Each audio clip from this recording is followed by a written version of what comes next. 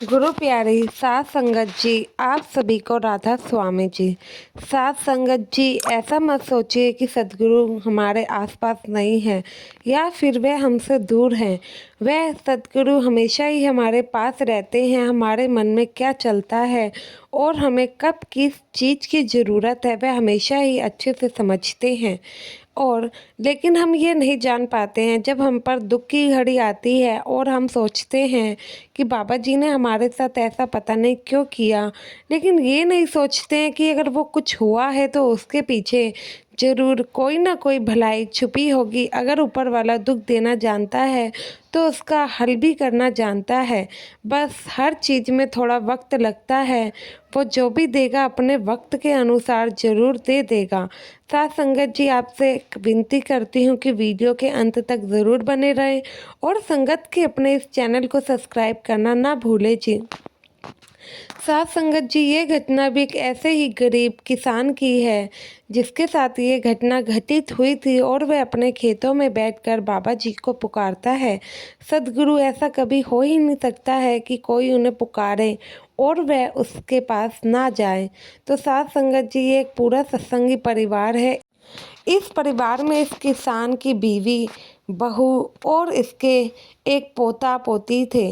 साथ संगत जी, अब भगवान के जो मंजूर होता तो वही है।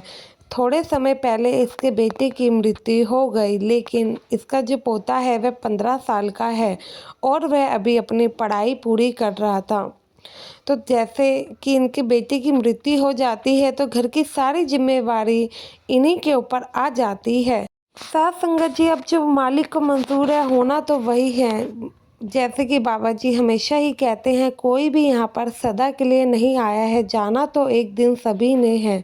तो यह जो किसान था, ये खेती बाड़ी करके अपना घर का गुजारा करता था और बस इसके मन में यही रहता था कि अपने पोते को अच्छे से पढ़ाई करवा कर बड़ा कर दूँ, ताकि वह बड़ा अफसर बनकर अच्छी नौकरी कर कर अपना घर बार संभाल सके, अपनी माँ और पूरे घर की जिम्मेवारी उठा सके, अपनी बहन को भी आगे अच्छा पढ़ा सके। बस इसी सोच के साथ ये किसान पूरे घर की जिम्मेवारी उठा रखा था। और लेकिन इसकी जो बहू थी ना, वह भी इनकी बहुत मदद करती थी, खेतों में आकर इनके साथ काम करवाती थी। जब जब घर का काम ख़त्म हो जाता तो ये खेतों में आकर अपने ससुर जी के साथ काम करवाया करती थी।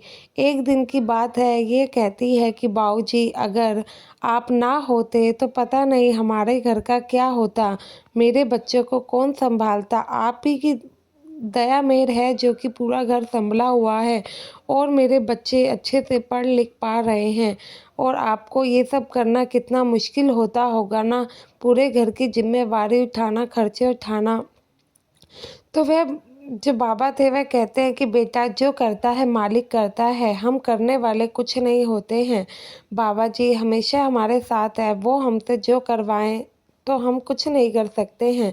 फिर जो उनकी बहू थी वह कहती है कि नहीं बाऊजी, अगर बाबा जी हमारे साथ होते तो उन्हें, जब इनके पिता इन बच्चों के पिता को छीनने से पहले वह थोड़ा तो हमारा ध्यान करते ना। क्या मालिक को जरा सी भी इन बच्चों पर भी दया नहीं आई, जो कि मालिक ने इन बच्चों से इनके पिता को छीन लिया। तो वह जो बाऊजी थे वह अपनी बहू को समझाते हैं कि बेटा ऐसे मत कहो, ऐसे कोई बात नहीं होती है। बाबा जी कहते हैं ना कि सबने एक ना एक दिन जरूर जाना है।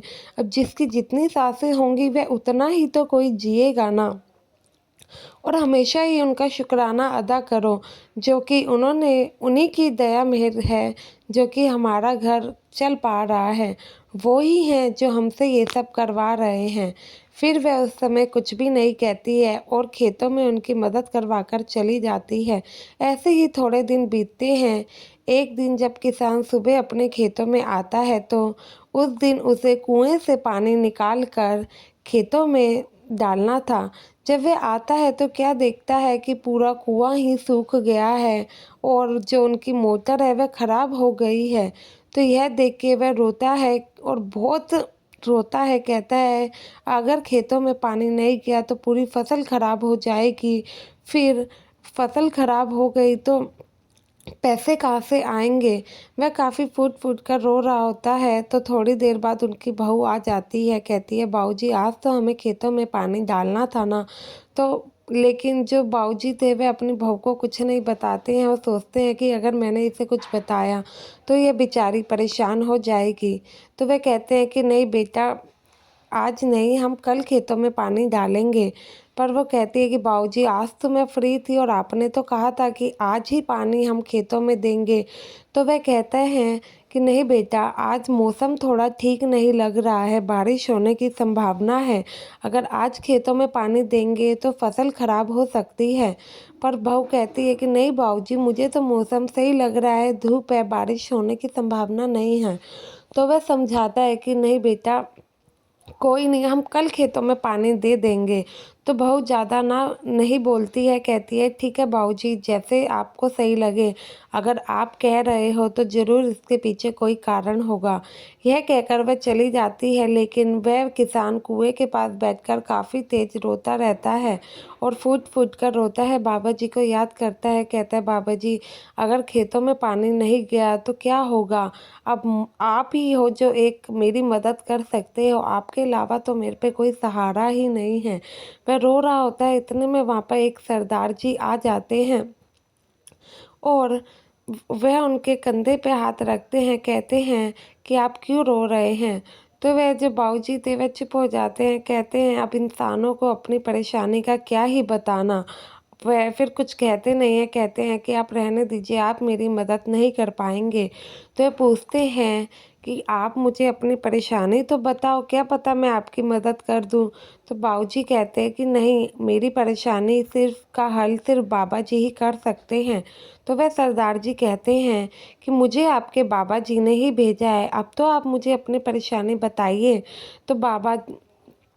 तो वह बाबूजी सारी बात उनको बताते हैं। तो वह कहते हैं कि बाबूजी बुरा मत मानना, मेरे पास एक एक्स्ट्रा मोटर है, आप ये ले लीजिए। बात ये थी कि मेरी पुरानी मोटर ख़राब हो गई थी और मैंने नई लगवा दी। फिर मुझे पता लगा कि यह मोटर भी ठीक हो सकती है और फिर मैंने इसे भी ठीक करवा लिया। तो अब मेरे को लगता है कि इसकी ज़रूरत आपको है और क्या पता बाबा जी ने ही मुझे आपकी मदद के लिए भेजा हो।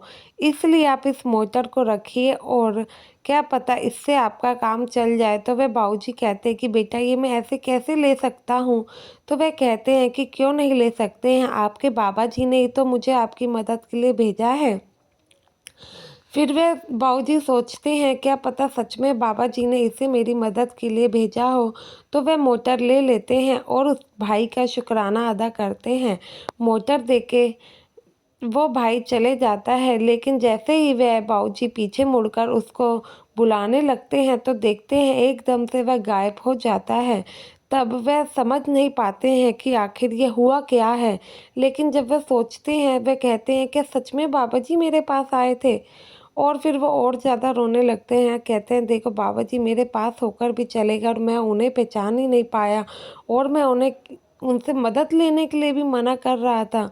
इतने में उनकी बहू वहाँ पर आ जाती है और कहते हैं कि बेटा, तुम तो अभी चली गई थी, तो फिर वापिस आने का कोई कारण। वह कहती है बाबूजी मेरा कुछ सामान यहाँ पर रह गया था, इसलिए मुझे आना पड़ा। जब वह बाबूजी के हाथ में नई मोटर देखती है तो कहती है बाबूजी, ये नई मोटर आपके पास कैसे आई। तो वे कहते हैं कि अभी बाबा जी आए और ये मोटर दे के गए। वह कहती है मैं कुछ समझी नहीं बाबूजी। तो वह सारी घटना उन्हें बताते हैं। तो वह भी रोने लगती है, कहती है बाबूजी मुझे सच में माफ़ कर दो, मैं हमेशा ही बाबा जी को समझ ही नहीं पाई। अब क्या ही करूँ, बाबा जी ने इन बच्चों से इनके पिता को छीन लिया तो मेरे मन में हमेशा ही उनसे नाराज़गी थी।